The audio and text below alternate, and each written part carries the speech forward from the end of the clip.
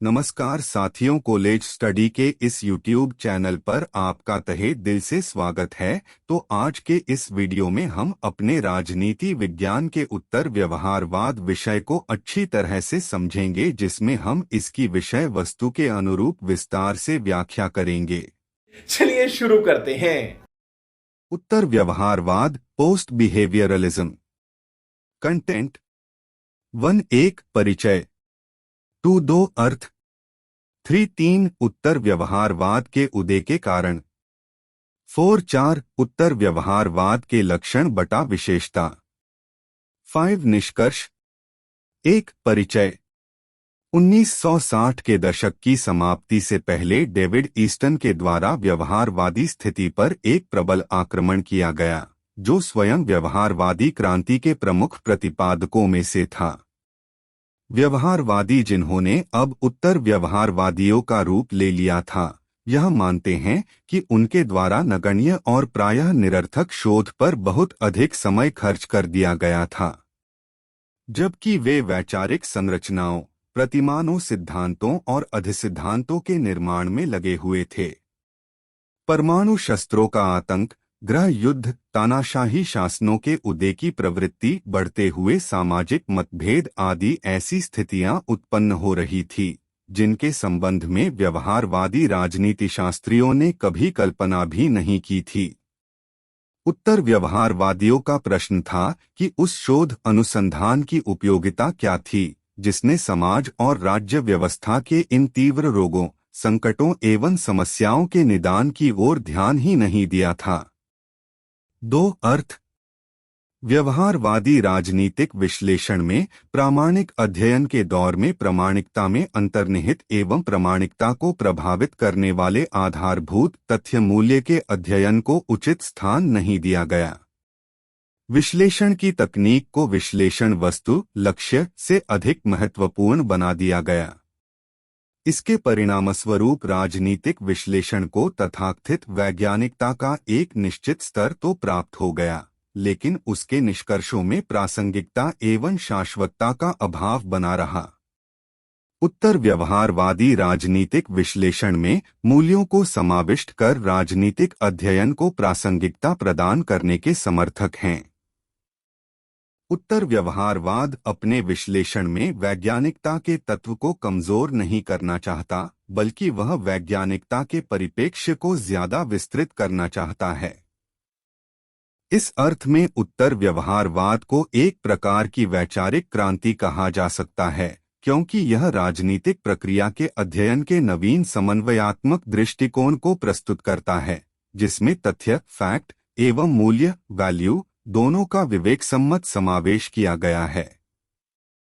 David Easton के शब्दों में उत्तर व्यवहारवादी क्रांति उस व्यवहारवाद का घोर विरोध करती है जिसके द्वारा राजनीति विज्ञान को प्राकृतिक विज्ञान की कठोर वैज्ञानिक शोध पद्धति का प्रयोग कर परिशुद्ध विज्ञान का रूप देने का प्रयास किया गया है। 3 उत्तर व्यवहारवाद के उदय के कारण। उत्तर व्यवहारवादी क्रांति का जन्म व्यवहारवादी रूढ़िवादिता और दिशाहीनता के कारण हुआ। डेविड ईस्टन ने सन 1969 में अमेरिकन पॉलिटिकल साइंस एसोसिएशन के अपने अध्यक्षीय भाषण में कहा था कि व्यवहारवादी क्रांति से हम अपनी विश्लेषण को सार्थकता नहीं दे सकते हैं, अतः हमें उत्तर व्यवहारवादी बनना होगा। उत्तर व्यवहारवादी क्रांति के उदय के निम्नलिखित कारण हैं। 1. यह व्यवहारवाद के विरुद्ध एक प्रतिक्रिया है। द्वितीय विश्वयुद्ध के बाद व्यवहारवादी प्रयासों के माध्यम से राजनीति विज्ञान को विश्वसनीय, सैद्धांतिक एवं वैज्ञानिक स्वरूप देने के प्रयास किए गए, लेकिन इसके बावजूद स्वयं कई व्यवहारवादी भी इन प्रयासों को अपर्याप्त एवं अपूर्ण अनुभव करने लगे। 2. ऐसा माना गया कि सामाजिक विज्ञानों की अध्ययन पद्धतियों को प्राकृतिक विज्ञानों की तरह लागू करना घातक है, क्योंकि समाज एवं व्यक्ति की प्रकृति परिवर्तनशील होती है, अतः उनका अध्ययन प्राकृतिक विज्ञान की तरह संभव नहीं है। 3. उत्तर व्यवहारवाद एक तरह से व्यवहारवादी शोध के प्रति असंतोष का परिणाम है। व्यवहारवाद में मूल्यों के अध्ययन को वैज्ञानिकता की दुर्बलता माना गया है तथा तथ्य प्रधान अध्ययन को विज्ञान का पर्याय माना गया है, क्योंकि तथ्य प्रधान अध्ययन वस्तुस्थिति का यथार्थ अध्ययन है, मूल्य प्रधान अध्ययन की तरह आदर्श स्थिति का नहीं। लेकिन उत्तर व्यवहारवादियों का मानना है कि तथ्य और मूल्य दोनों ही व्यक्ति के संदर्भ में प्रासंगिक हैं, अतः इन दोनों में भेद करना कृत्रिम है। राजनीति विज्ञान को सही अर्थों में राजनीतिक एवं वैज्ञानिक दोनों ही रूपों में जीवंत होना चाहिए, इसलिए मूल्यों को नकारा नहीं जाना चाहिए। 4. उत्तर व्यवहारवाद के लक्षण बटा विशेषता।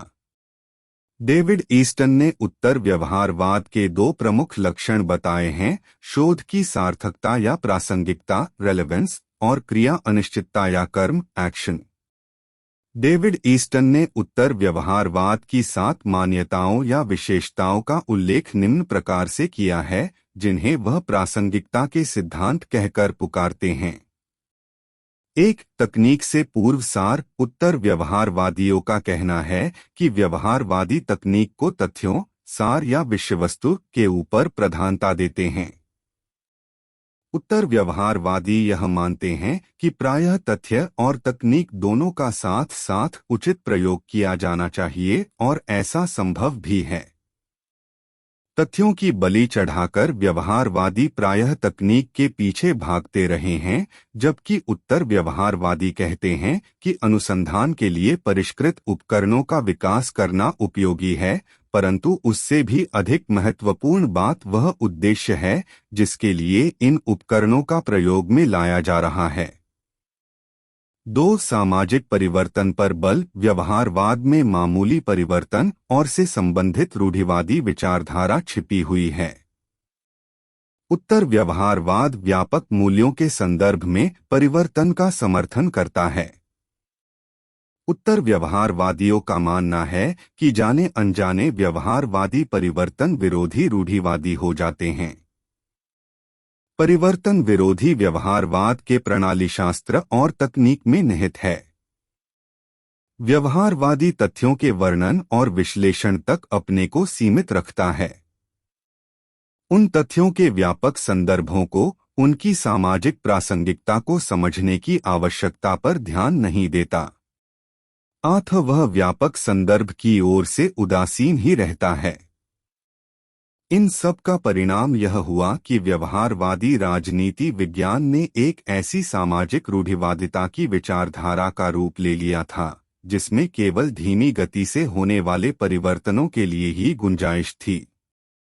3. समस्याओं के विश्वसनीय निदान की आवश्यकता। उत्तर व्यवहारवादियों के अनुसार राजनीति विज्ञान को अमूर्तीकरण विश्लेषण, विशिष्ट शब्दावली के विकास आदि में कम रुचि लेकर मानव जाति की आवश्यकताओं को पूरा तथा संकटों का समाधान करने में सहायता करनी चाहिए। व्यवहारवादी युग में राजनीति विज्ञान ने राजनीति की क्रूर यथार्थताओं से अपना नाता बिल्कुल ही तोड़ लिया था। यह युग संकट और चिंता का युग था और व्यवहारवाद के अमूर्त प्रत्ययों एवं अवधारणाओं में व्यक्ति तथा समाज की व्यापक एवं गंभीर समस्याओं के समाधान की क्षमता नहीं थी। राजनीति शास्त्र का औचित्य उसी स्थिति में सर्वमान्य होगा जबकि समाज में व्याप्त विषमताओं, संघर्षों, आकांक्षाओं, संदर्भों एवं चिंताओं के उचित समाधान किए जाएं। इसलिए व्यवहारवाद पर यह आक्षेप है कि उसकी शोध वस्तुस्थिति से असंबंधित होती है। उत्तर व्यवहारवाद का मूल उद्देश्य राजनीति शास्त्र की मदद करना है ताकि इस संकट से बचा जा सके जिससे मानव जाति की वास्तविक आवश्यकता को पूरा किया जा सके। 4. मूल्यों की महत्वपूर्ण भूमिका। उत्तर व्यवहारवादियों के अनुसार कोई भी ज्ञान विशेषकर सामाजिक विज्ञान मूल्यात्मक दृष्टि से न तो तथ्यों एवं प्रासंगिक यथार्थताओं से तटस्थ रहा है और न ही रह सकता है। अतः व्यवहारवादियों को चाहिए कि अपने ज्ञान की सीमाएं पहचानने के लिए उन आधारभूत मूल्यों को पहचाने जिन पर वह ज्ञान टिका है। व्यवहारवादियों ने मूल्यों के महत्व को सर्वथा अस्वीकार न करते हुए भी विज्ञानवाद और मूल्य निरपेक्ष दृष्टिकोण पर इतना अधिक जोर दिया था कि व्यावहारिक दृष्टि से मूल्यों को सर्वथा उपेक्षा योग्य मान लिया गया था। इस स्थिति ने राजनीति विज्ञान को नीरस तथा प्रयोजनहीन बना दिया। वस्तुतः मूल्यों की आधारशिला पर ही ज्ञान की इमारत खड़ी की जा सकती थी। उत्तर व्यवहारवादियों ने मूल्यों की निर्णायक भूमिका को स्वीकार किया है। 5 बुद्धिजीवियों की भूमिका। उत्तर व्यवहारवादियों ने राजनीतिशास्त्रियों को यह भी याद दिलाना चाहा है कि बुद्धिजीवी होने के नाते समाज में उनकी अपनी एक भूमिका है।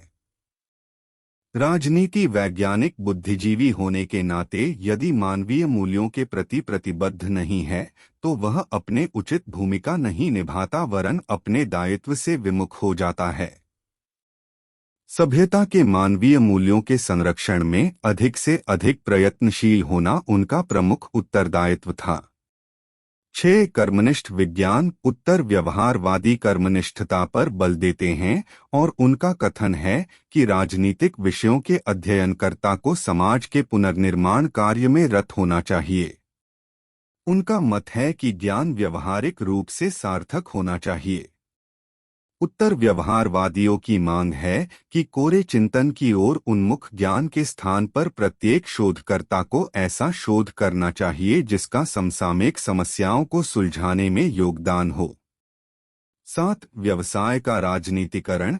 राज्य वैज्ञानिक तटस्थ रहने में गर्व अनुभव करते हैं।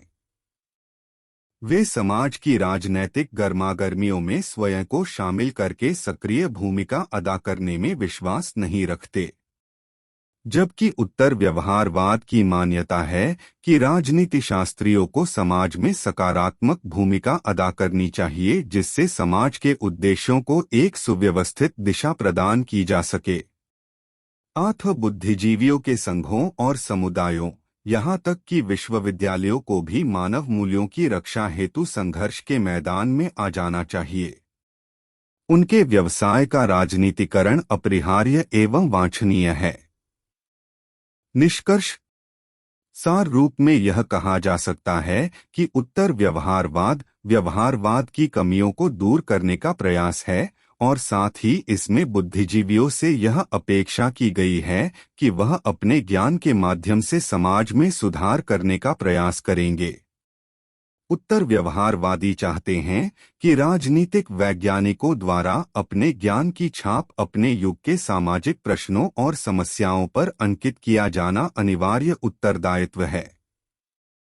वर्तमान समय 1970 के बाद में व्यवहारवादियों तथा उत्तर व्यवहारवादियों के बीच पारस्परिक विरोध की स्थिति समाप्त हो गई है।